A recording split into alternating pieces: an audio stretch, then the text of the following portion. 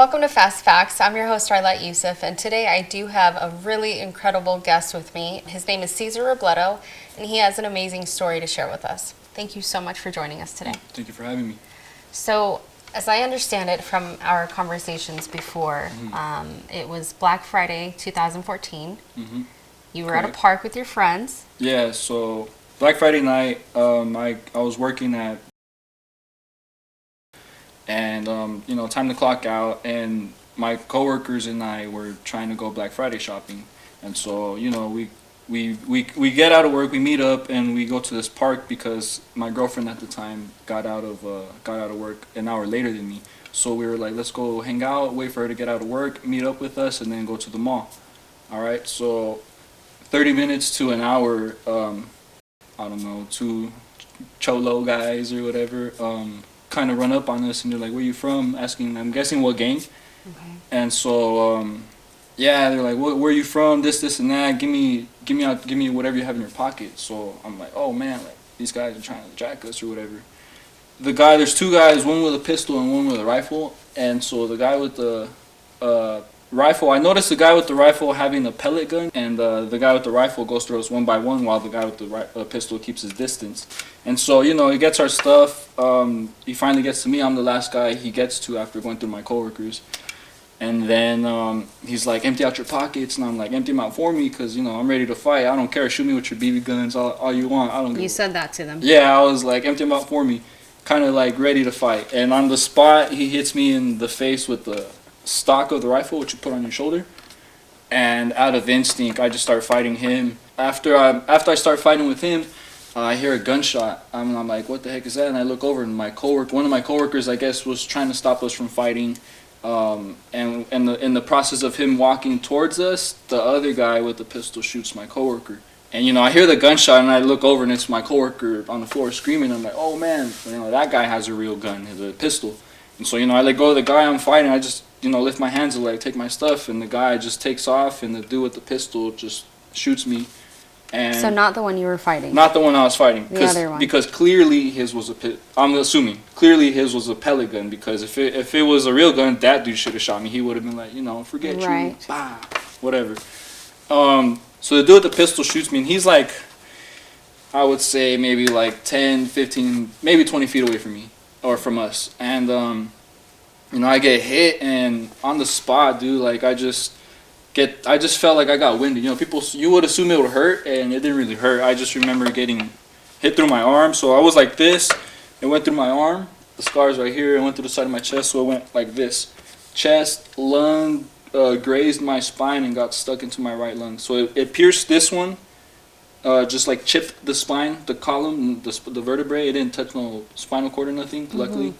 And it got lodged into my right lung. So I'm assuming that the real reason why I survived is that my right lung didn't get pierced and I didn't bleed out. I feel like because it got plugged up. You get me? Yes. Yeah. So I hit the floor and not really much pain. I just remember getting winded, like if you get hit in the stomach with a ball and you just lose your breath. And hit the floor, and as soon as I hit the floor, I look at my feet and I'm like, yo, I see that they're there, but I can't feel them. So I'm just like, what the heck is this? Is this what it's like getting shot, or am I paralyzed? And in that spot, I just lose it. I'm not sad. I'm not scared or no. I'm just mad. I'm like, yo, what the heck? These guys still decide to shoot me. I don't know. In that moment, I guess I was just more mad than anything. And ambulance come, and the whole movie routine of pick you up in the ambulance. They start asking you a bunch of what's your name, when's your birthday, I guess to make sure you're not losing consciousness or whatever. Right. And get in the ambulance, and it's the same thing. Like freaking start pricking your skin with a bunch of needles and start IVing you or whatever. Get to the hospital, all you see is a light like in the movies, and I'm just like, yo, this is getting real. And I get into the emergency room, I guess, intensive care unit or whatever. Yeah. And yes, I remember just going into the room, and then like 20 doctors surround I guess the gurney I'm on. I don't remember if they put me on the bed or an operating bed or whatever, but I just remember just getting rolled in and getting surrounded. And yeah, the doctor's like, all right, man, we're gonna sedate you now, and that was it. I just remember getting the mask on me and waking up, I guess 3 days later. Really, 3 days? They put me in a coma. Was that for the pain, or what was that for? I guess what it was is that they were trying to get me in stable condition. So from what I hear a lot is that one collapsed lung is fatal, and both of my lungs collapsed. And I'm just like, it's weird, but I mean, I'm guessing that's the reason why they wanted to do it. Probably put me into a coma to probably calm me down, make me more relaxed. I mean, I wasn't freaking out the entire time. I was like, I felt, I don't want to say tired, but I was just like, yo, this is baloney, man. What the heck just happened? I wasn't really, I don't know. I was just more upset. Like, let's just go and fix me already. I don't want to be all like jacked up or whatever. So I mean, I wasn't tripping out or nothing, but I'm assuming that's why they put me into a coma. It was probably to keep me calm, because when I wake up in the hospital, well, after I wake up after all of that, I wake up tied up to the bed. I ended up getting told by my girlfriend at the time that I was fighting the doctors, pulling out my chest tubes, and Oh my goodness. yeah, dude, I was like, what? Now that could be fatal in itself. Yeah, dude, I'm just like, they had to give me stronger drugs to not really know what's going on, I guess. More sedated. Yeah, there you go. And yeah, so that's what I remember. That's what I remember getting told. I wouldn't know because I was in coma. But yeah, that's what they were saying is what they were doing for as far as why I got tied up, and the coma thing. That's what I'm guessing is probably just to keep me calm. And just to be clear, to back up a little bit, you and your friends were really just getting off of work. You're not affiliated in any kind of gang activity. Yeah, or anything like that. nah. That's not my lifestyle. I mean, it was just a let's go waste time. Let's go kick it out of park. What you do at a park? Waste time. Yeah, and just, and then go shopping. Yeah, and yeah, obviously go shopping right after. So I mean, I'm assuming they probably thought we were in a gang because I worked at, and if you know how their uniform is, it's all white button up with black pants, and so that's all we all had that same uniform. So they probably thought, oh, these dudes are in a gang because they all have the same colors or whatever. Yeah. So, okay, you wake up. It's been a few days later. What's going through your mind at this point? I just remember waking up in the hospital with tubes in my throat, and I'm just like, yo, this is real. Because the whole feeding tube, I guess I had a feeding tube. I just remember waking up and having that tube, and they come in, like, yank it out. They did? Yeah, well, the doctors, you know what I mean? Once they're like, oh, this guy's cool, he's good to go. Because I guess I was on the phone, or on my girlfriend's phone, using it or whatever, and the nurse came in and saw me functioning right with the tube still, and so like, all right, he's cool, let's take it out. And so, after I got, how would you say it, aware of where I was at the moment, at that time, now that I'm in the hospital, I'm all up and going and whatever, I mean, I guess at the time I wasn't really too stressed or whatever. I had everyone, my whole family was there, my support or whatever you could say. My girlfriend at the time, she was there for me the entire time, and everything was cool. I was like, you know what, forget it. I just gotta fix myself and keep chugging along. Gotta figure out what my next step is. Like I said, at the time everything was cool, man. Everyone had my back, got all the help I needed, Therapy wise, I did a lot of different therapies, like water therapy, outpatient therapy, like regular, like car accident therapy places and stuff. And then I got into more sophisticated kind of therapy place called Project Walk. And so it was cool. But then, like, my girlfriend leaves me. Things start getting. How long after? Like about 6 months. And I mean, it was cool.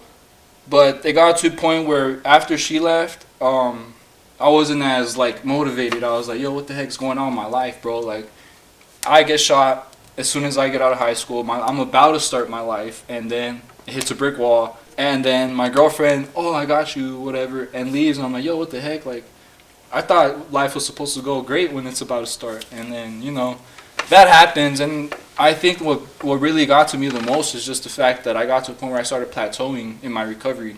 And I'm like, what? Like, I mean, obviously you're in this kind of a process, it's pretty complicated. So, I mean, most people do plateau. But, I mean, for me, it's just, I can't stop. I don't know. I feel like I just can't accept it. But anyways, I got to a point where I started, like, plateauing, and I was, like, slowly losing my motivation. I was like, yo, what the heck? And, it kind of, that like, low spirits, I guess you could say, kind of stuck with me for a while. And it got to, like, I'd say about the year mark, maybe like 8 months to a year mark, that I was like, yo, dude, I need to stop complaining about my life. I got involved with in wheelchair basketball, and I met people. And from day one, I used to complain a lot about what happened to me, and I learned that it could be a lot worse. And it made me more humble. It started making me more appreciative to things that, like, you know what, I don't have this, but I'm in better health or whatever. You know what I mean? It's always, for me, it's always trying to find the brighter side of things or whatever. And so, I mean, it was a process, but after a while, I got all right. I got better at keeping my how would you say, composure, not really losing my I don't want to say nerve, but getting upset for where I'm at, what's going on in my life, or getting mad for things that are out of my control. But Now, you and I talked about the investigation, and you told me that the follow-up calls were not really getting anywhere. Can you please explain a little bit about that? Okay, so the first time I had contact with this detective, I was like, I think a week into the hospital maybe, because 3 days into the coma, waking up, starting to get better, trying to get more calm or whatever. And so I talked to her, and she kind of just gets my side of the story. What happened that night? What did I witness or whatever? And I kind of brought up the whole fact about that one of the guys got a hold of one of my coworkers' ID, and when you grab plastic with oils, it retains fingerprints pretty good, and that's something that I'm aware of. Maybe the detective isn't part. That's probably isn't part of her things to do as far as investigating. But I told her that a detective just picked it up, took a picture, and just handed it back without keeping it, after being told that they touched it physically, and fingerprints. That's the point of that. But anyways, a year after a year from when it happened, you could say, I guess I get my first phone call from her, and she's starting off with, how are you doing? How's your recovery? I guess it's nice or whatever, but I mean, after her finding out that I'm progressing, getting better, I'm not just in the chair forever or whatever. She finds out that I'm getting better, and I guess probably just to clear her conscience or whatever. But then she hits me with, every lead we'd had has just gone cold. It's going nowhere, and I mean, she doesn't ever really give me any information of what kind of lead she had, or what was she investigating to lead her to her conclusions of why this is even pertaining to my case, or nothing. Right. She doesn't say nothing. She just says, "Oh, all our leads have just gone cold, so sorry," and that's it. So that's that call. And then again, I want to say about a year and a half, maybe about to the 2-year mark, she calls me again. Same thing. How are you doing? How's your recovery? Blah blah blah. And dude, like I said, maybe she's just being nice, what you're supposed to do. But I just feel like she was doing it just to feel better about herself. That this guy's getting better. I don't have to worry about this case so much. There's no reason to look into it because he's not dead. That's what I think. I could be wrong, because I feel like they're probably thinking, oh, these other cases about dead people are more important, which they are, but I feel like they probably neglected my case because the fact that, there wasn't really much to say. It was dark, and then where it happened, there wasn't much cameras or nothing like that, so it was kind of hard, and the descriptions we gave to them is describing any Mexican cholo guy that's out there, freaking. So it's kind of hard, honestly. But I mean, I just didn't like the fact that the detective wasn't really giving me any insight as to what she was investigating. Did you ever express that to her? Did you ever ask her questions? Nah, I guess I didn't, just because I didn't want to, I feel like back in the day, I would lose my temper easily, so I kind of would just avoid questioning her, because if she tells me something that I don't believe, I'm just going to start, talking back in a manner that's not professional. And I'm just going to, I don't know, call her out on her BS, kind of, you could say, and it's just, you shouldn't talk like that to a detective. You mentioned that your girlfriend at the time, she did end up leaving. Your friend that was also shot, but when you were shot, how has that panned out? He recovered before you, is that correct? Yeah, so my coworkers and all of them, we don't really, I haven't kept in contact really much. Like, after that happened, I was just like, whatever, man. I kind of got to a point where I just really didn't want to associate myself with people. I don't know, I just wanted to focus on my problems that I had to, get better. And so I kind of like, did me as like literally like I had to go to therapy and work out or whatever. But I guess around the 6 month mark, he was fine. He got back to his old routine, but he got hit in his arm. Both bones shattered and bullet fragments entered his stomach. And I don't know what they're up to today. After I left the hospital, I was like, that's it, man. Peace out. I got things to do. I don't know. We're just coworkers. We never talked outside of work or nothing like that. So I mean, I don't feel like I lost close friends or anything like that. I was whatever.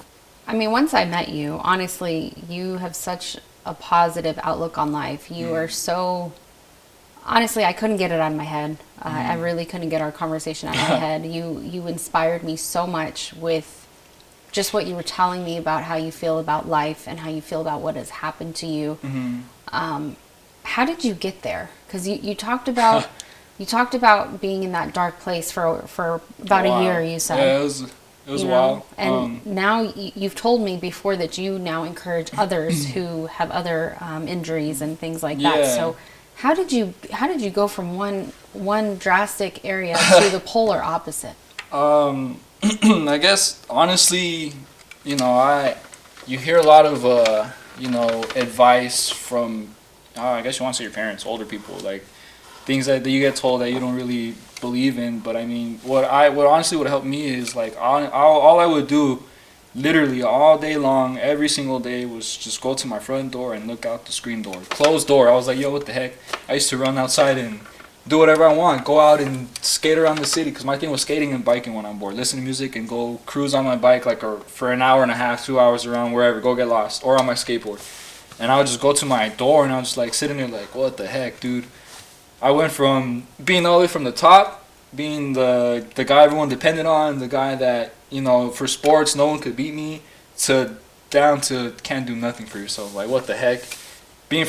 Seeing both sides of the spectrum, from being, as the best you can be to being the very rock bottom, I was like, yo, it's not as easy as it used to be. It's a lot harder. And, I guess it was all facing my problems. I would just think about how my life is turning out, what my plans were and how it all changed, what I got to do. And I just pretty much faced my problems, faced your whatever's bothering you. You got to, I don't know, I would just think about how I'm going to how I'm going to, steer through life and fix what I got to fix in this manner.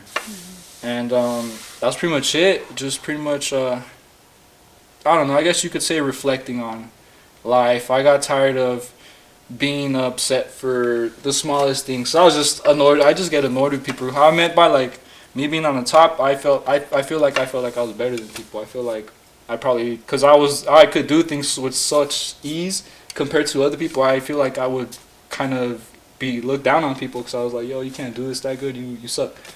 And so now that I was at the bottom, I was like, dang, dude, you kind of get a sense of I don't know, that you're not all that great as you thought you were once you're at the bottom, and being to a point where now you're getting beat all the time. I guess it kind of like, yo, what the heck? I gotta learn to be more humble, I guess you could say.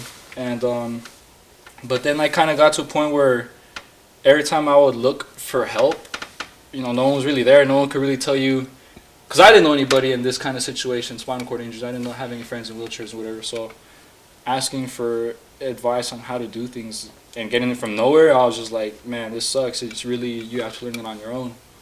And then how you mentioned about me like being more, giving the positive vibe out to people, for me it's just mostly that, is the fact that because I couldn't find no one like that, because I couldn't get that sort of advice from people, I'm like, you know what, I'll rather be the guy to be like, give the positive outlook to things, because I met people in chairs that I feel are like a little, how would you say it, I don't know, I guess they feel a little shy, I would say, because I mean, I feel like I get shy sometimes too when I'm in my chair.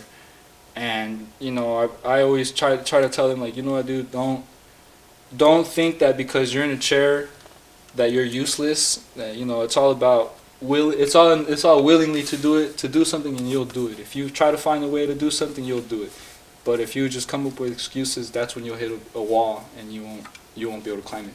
You know what I mean? And that was just my thing, man. I just got to a point where I didn't want guys in chairs to feel like they can't do something because, you know, no one could take them seriously. Be like, you know what, speak up for yourself.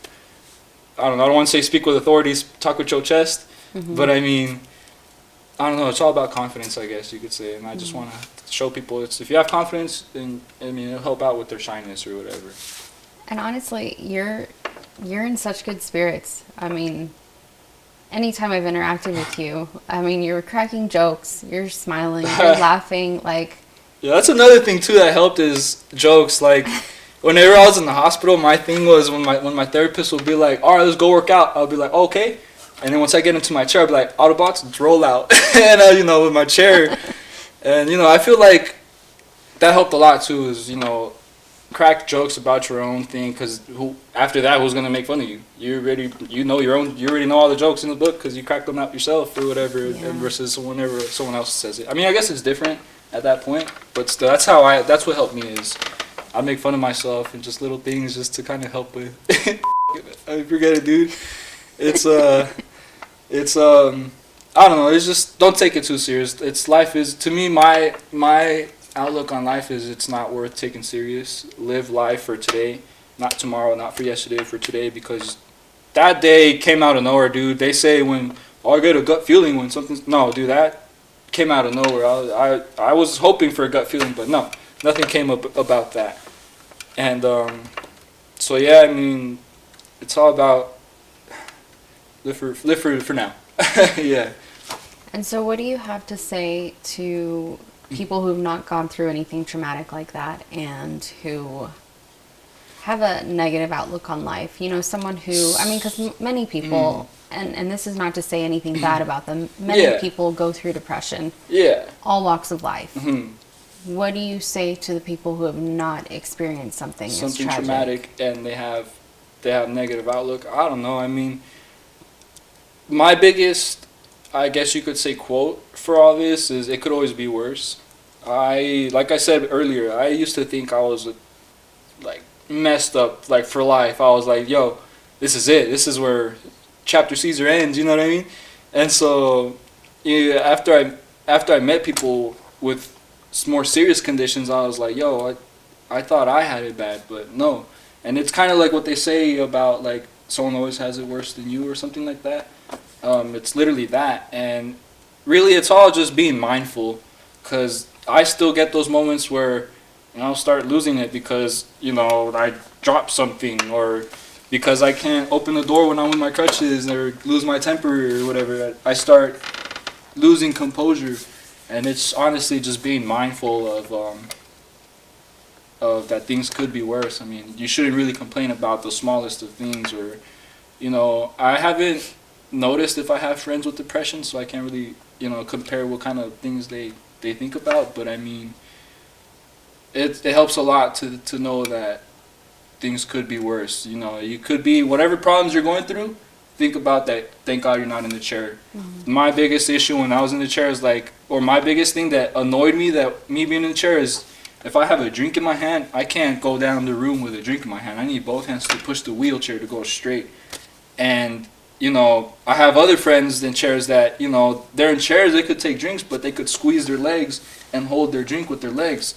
I wasn't able to do that at first. I was like, yo, what the heck? I have nothing about holding a drink. And that was my biggest thing, because, you know, I mean, I always needed like a juice, Gatorade or something on the side, because it's hot out here. I don't drink or nothing like that, but yeah. And so that was just my biggest thing, is like, I would complain about that. You know, I can't take a drink while going down the room in my chair. No one thinks about that. No one ever has any kind of problem with having to take a drink. But I had to complain about that. And I was like, yo, when did I ever have to complain about that? So it's little things like that that kind of made me realize that it's not all that. It's people's problems are usually a lot less worse than what they think it is, I guess you could say. I feel like people look at life like this instead of like that. They just focus on what goes wrong, or the little bit that goes wrong, versus all the good things that happen. And it's like, it's hard to notice if you don't have that kind of mentality, but you just got to work at it, honestly. So, speaking of good things, you do walk. Yeah. You are walking. Yeah. That is so amazing. It was hard. It wasn't day or night, but I Yeah, got but there. you did it. You worked really hard to get there. You're there Yeah. now. How does it feel? I mean, like I said, I'll never accept it. I feel like I'm gonna keep working until the day I feel like I'm 100% back to where I was before.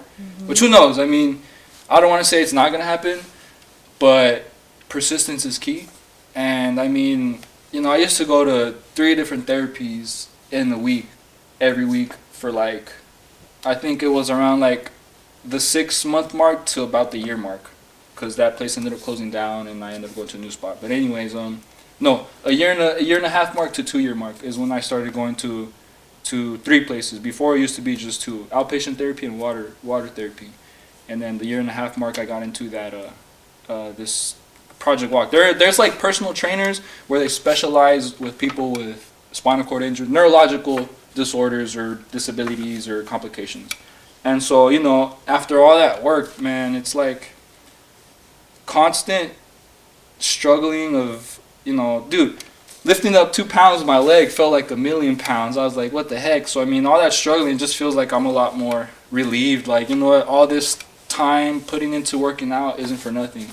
You know, it really is what the therapists tell you about, you know, keep up with your workouts, because if you don't, use it or lose it pretty much, man, because it's all it is. A week of not working out, you lose 10% muscle mass. So it's like, you got to keep your muscles active or else it's not going to go down. So I mean, that's kind of what it is for me, is just the fact that all the work paid off. You know, I never liked working out before, at least not methodically. I would just played sports and I left it to sports being my workout.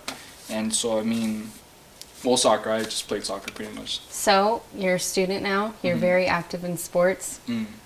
Caesar, what does the future look like for you? Shoot, man, my future is looking good because I'm going to be driving it. No, I'm just kidding. Well, I mean, right now I'm going to school for a diesel mechanic, heavy duty equipment and diesel technician. So, I mean, my plan is pretty much just work for myself, man. I guess the smart thing to do, well, I guess what I should do is work for a company, make money, and understand how the business works. But honestly, I kind of want to work for myself, because if I don't get back up my feet 100%, like walking unassisted, I feel like people just don't take me serious. Like when I go to class in my chair, because I go to school in my chair, because the part for a car is like this big, and the part for a diesel truck is like that big. And so obviously I can't carry nothing if I'm in my crutches. I need to hold here to balance myself. So I go in my chair. And because I'm in my chair, you know, people look at me like I'm stupid. Well, I mean, who knows if they do. Maybe I'm taking it too personal, but I just feel like people look at me like I'm useless. And I'm like, yo, I'm not here because I don't think like I could do it. I'm here because I can do it. You know what I mean? And so that's kind of why I want to work for myself, is because I feel like people just wouldn't take me serious. And I could prove it to them, but if they don't give me the chance from the get-go, which a lot of people or a lot of companies do that, if they don't see you capable from at the spot, I feel like they don't even give you a shot. So I feel like that's what happened to me. If I come in like, yo, trying to work out, or apply for a technician position or whatever, I feel like, yo, the guy in the chair working on big old trucks, yeah, right. So I mean, I'm proving it to my instructor and everything. He sees that I could do it, but you know, that's my instructor. It's not my boss or a boss at a company I'm going to apply for. So that's what my future is going to be. Me working for myself, opening up my own business, and making money for myself, not for someone else. And I don't know, man. I wasn't always into cars. I got into cars after my injury because I couldn't run anymore for soccer. That was my thing, soccer. And I was going to CSM before for mechanical engineering, but you know, I had my car at the time, and I started fixing it up because I needed to put a steering wheel lock so they don't steal my car. I was like, yo, I need to, because it's going to be sitting there. I can't drive it. I was like, if it's just sitting there, it's going to get jacked, or people are going to break into it and steal stuff. And so I ended up working on it to take off a steering wheel, put you could say aftermarket steering wheel, where it's like you could detach the steering wheel to put a lock on it. No one could steal your car at that point. And so that was my first insight into actually working on cars. Like I said before, I was just straight sports and running around and doing that stuff. And then after not being doing nothing, I got into cars because I had to fix my car, and that's how it all started, man. I got into wanting to fix my car because it's a jalopy, man. It's a little beater car, and so after feeling what it's like to be more hands on with things, I was kind of hooked, and from there it kind of started with me being interested in learning mechanics, and yeah, man, it's going good. That's awesome. Is there anything else that you want to tell the people who are watching? I think I would want to say that, you know, things could get hard sometimes, but I mean, life is always going to get hard. It's just all about remembering to keep going forward and not letting things distract you from going forward, because I feel like when problems come, sometimes people don't know how to react, and they just impulsively react to that negative outcome or whatever, and that just loses control. You lose control of how you're going about things, and you know, it's all about being mindful of that. You know, things aren't always going to be that bad just for that bit, and just keep working. Well, thank you so much. You really, really, really inspire me. I can't say that enough. Oh, I appreciate it. I'm so glad to have met you, and wow, just seeing that you're walking, I mean, it's just amazing.